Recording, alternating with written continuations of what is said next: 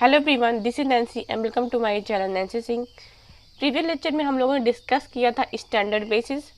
आज हम डिस्कस करेंगे ऑर्डर्ड बेसिस क्या होता है। चलिए start. V ordered basis.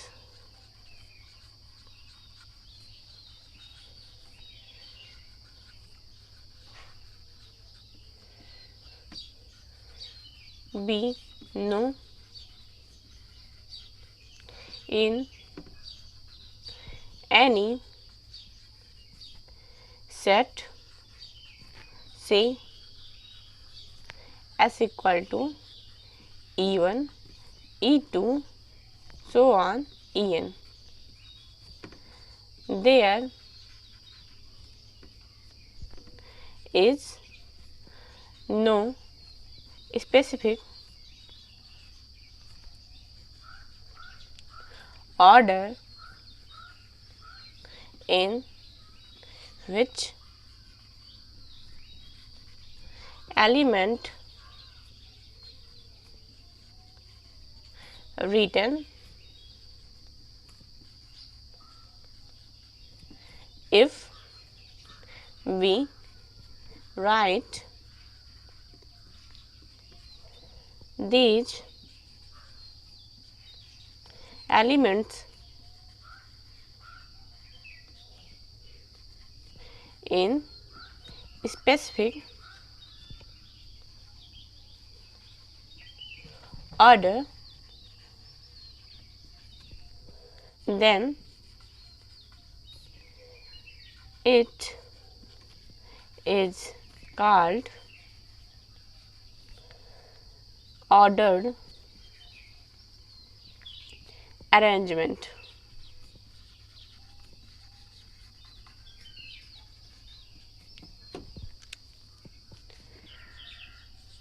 If s equal to e1 e2 so on en is a basis of finite dimensional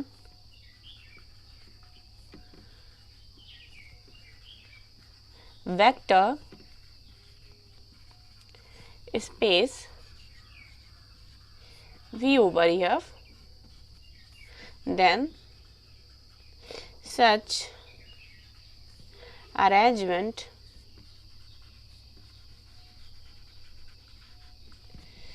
is called ordered basis of V over F. इस पर हम कुछ example,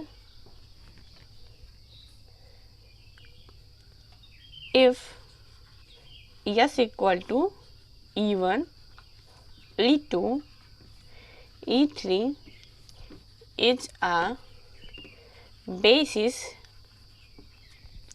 of V over F, then we can find 3 factorial, that is 6 ordered basis as s1 equal to e1 e2 e3। Solve करते हैं। s1 equal to क्या हो जाएगा, e1 e2 e3। इसको हम कितने टाइप से इसको अरेंज कर सकते हैं, वही हमारा ऑर्डर्ड बेसिस होगा। s2 क्या हो जाएगा, हम इसको e1 e3 e2 ऐसे भी लिख सकते हैं। s3 हो जाएगा, e2 को आगे लिख दें, e2 e1 e3। s4 e2 e3 e1। s5 e3 e1 e2। s6 ES है ये, E3, E2, E1, ये 6 टाइप के हो गए। अगर आप इसके अलावा और भी कुछ लिखेंगे तो रिपीटेड होंगे। जिसके ऑर्डर्ड बेसिस कितने हैं? 6 है। Problem, so that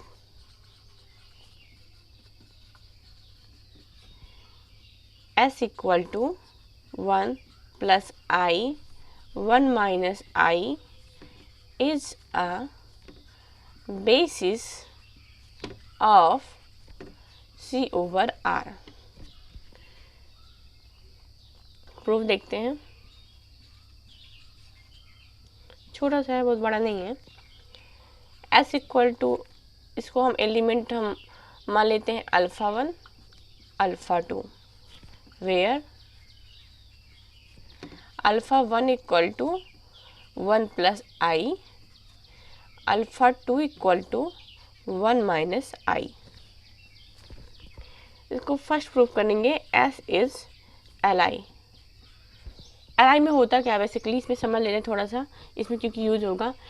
L I में जितने भी इसके स्केलर्स होते हैं सभी जीरो होंगे। अगर इसमें से एक भी अगर नॉन जीरो हो गया तो एल डी हो जाता है। एल डी यानी लीनियरली डिपेंडेंट हो जाता है। तो हम इसको देखते हैं, system of equation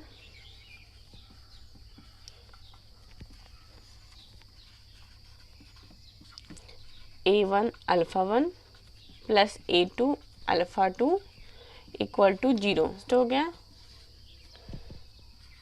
A1 alpha 1 की वैल्यू 1 प्लस आई है, 1 प्लस आई प्लस A2 अल्फ़ा 2 की वैल्यू 1 माइनस आई है, 1 माइनस आई, सॉरी आई है ये, इक्वल टू, इसको हम लिख सकते हैं जीरो को 0 प्लस आई इंटू 0, मीन्स उसका A1 इसका मल्टीप्लाई इसमें A1, इसका मल्टीप्लाई इसमें करेंगे A2 equal to 0।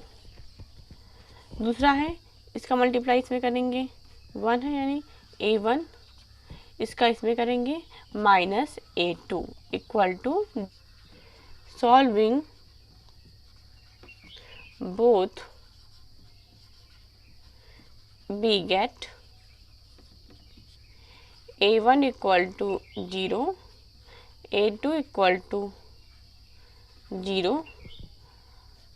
all scalars of first are 0, therefore set S is Li। अब इसको हम प्रूफ करते हैं। Second, L S equal to C over R. Let Z equal to X plus I Y. Z को हम इतना x plus I Y लिख सकते हैं, आपने कॉम्प्लेक्स में पढ़ा होगा। Be any vector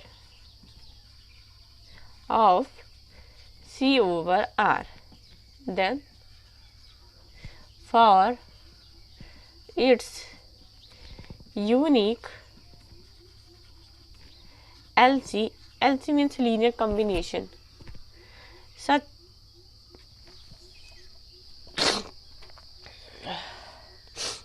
LC there exist scalars B1 B2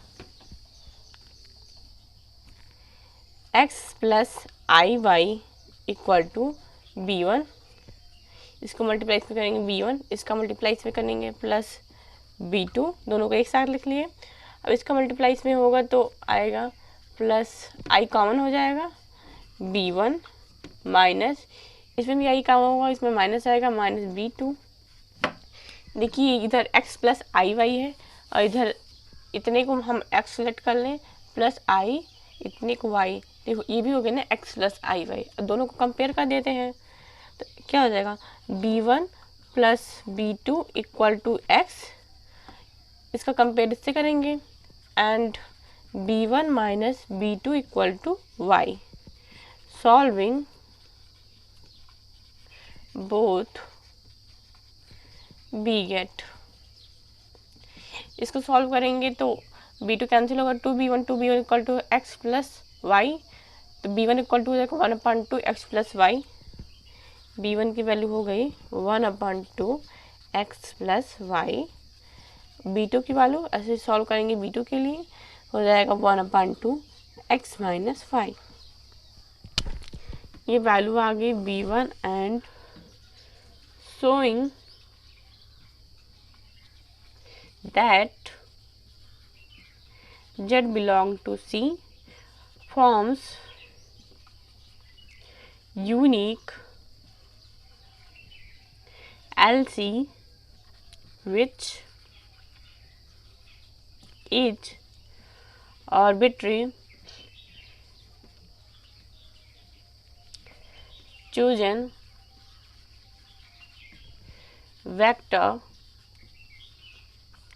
of C, therefore LS equal to C over R। Proof हो गया ये। फाइनली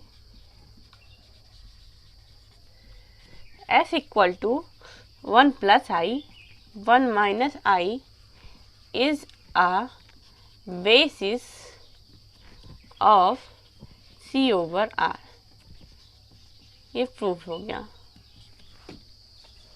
आज के लिए चैनल पर एंड करते हैं। अगर आपको वीडियो अच्छा लगा तो आप लाइक करें, चैनल पर नए हो सब्सक्राइब करें। Thank you so much for watching this.